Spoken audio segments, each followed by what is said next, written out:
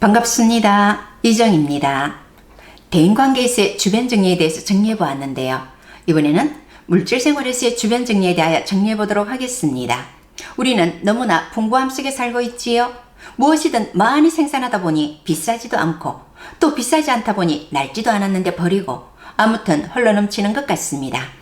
자본주의 체제에서는 기업은 상품을 많이 생산하여 많이 팔아야 이윤이 극대화되고 정부로서는 상품이 많이 팔려야 기업으로부터 걷는 세금이 늘고 노동자들이 일을 많이 해서 임금이 늘어야 세금이 많이 그칩니다.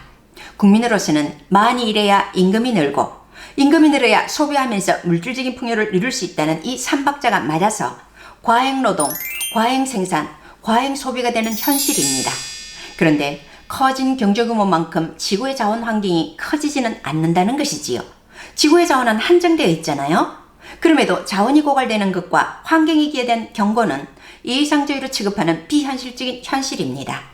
요즘은 자연재해가 워낙 많이 일어나니 조금 이해는 하고 있지만 실천에는 큰 변화가 없는 실정이지요. 이러한 자본주의 파멸적 시스템에서 벗어나기 위해서는 무엇보다 먼저 소비 생활을 바꾸어야 합니다. 내가 이번 생에 태어난 목적이 멋진 자동차에 올라타 뻐기기 위해서인가? 명품으로 치장하고 어스되기 위해서인가? 그런 건 아니라는 걸 이미 우리는 알고 있지요. 소비생활 또한 인생의 목표에 충실할 때만이 의미가 있지 않을까요? 비싼 차, 비싼 휴가 즐기기 같은 것들에 매여 정작 내가 진정하고 싶은 일을 못하고 살고 있는 것은 아닐까요? 그렇다면 그러한 물질들을 과감히 정리하고 소박한 물질 생활을 하며 진정하고 싶은 일을 하면서 살 수 있도록 정리해야 하지 않을까요? 그런데 이런 생활에서 벗어나지 못하는 것은 남자들은 주로 물질에 대한 집착에서 벗어나지 못하기 때문이라고 합니다. 소유욕이라고 할 수 있지요. 부동산 건물 명의는 거의 남자들 이름이지요. 아내도 소유라는 생각이 강하고요. 그래서 우리나라는 가부장제가 있고요. 선진국이라고 하는 미국이나 유럽의 여러 나라들은 결혼하면 여자는 아예 자신의 성을 버리고 남자의 성을 따라가기도 하잖아요. 남성들의 물질에 대한 집착은 물질을 소유하는 데서 오는 충족감 때문이라고 합니다.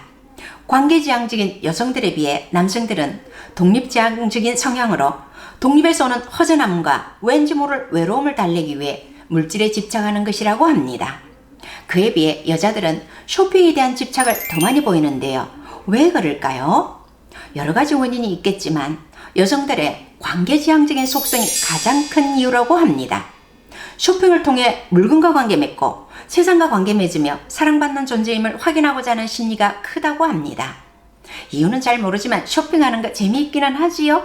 기분이 꿀꿀할 때는 아이 쇼핑만 해도 기분이 좀 나아지잖아요.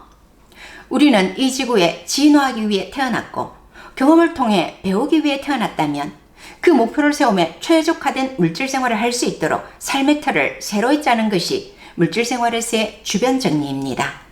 먹고 자고 배울 수 있는 지능지수와 심리상태, 두 발로 걸어다닐 수 있는 건강과 배움을 위한 수업료를 낼 수 있는 정도의 경제력이면 된다고 했지요. 인간이 간소하게 먹고 입고 생존하는 선에서 노동력을 발휘하고 남는 시간으로는 문화적인 일, 창조적인 일을 위해 시간과 에너지를 써야 한다고 합니다. 소비생활에 대해서 한번 돌아보는 시간이 되셨으면 합니다. 또 사회생활을 잘하기 위해서는 인맥관리가 필요하다는 얘기를 많이 하지요. 인맥관리는 어떤 기준으로 하면 좋을까요? 사실 사업을 하는 사람은 어느 정도의 인맥관리가 필요하긴 하지요. 그런데 여기서는 너무 심하여 정신이 없을 만큼 분주하게 사람을 만날 필요는 없다는 것이지요. 이익을 위해 만난 관계는 이익 차원 이상을 넘어갈 수 없잖아요. 겉보기에는 아무리 돈독해 보이고 형님아화하는 사이일지라도 이익이 되지 않으면 하루아침에 깨질 수 있는 관계니까요. 사실 사업을 하지 않는 사람들은 그렇게 사람들을 많이 만날 필요가 있나요?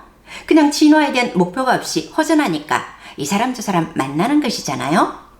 인맥관리는 최소한도에 그치되 진심으로 서로 윈윈하는 관계가 될 수 있도록 노력한다는 진심을 보여주는 게 더 중요하지 않겠습니까?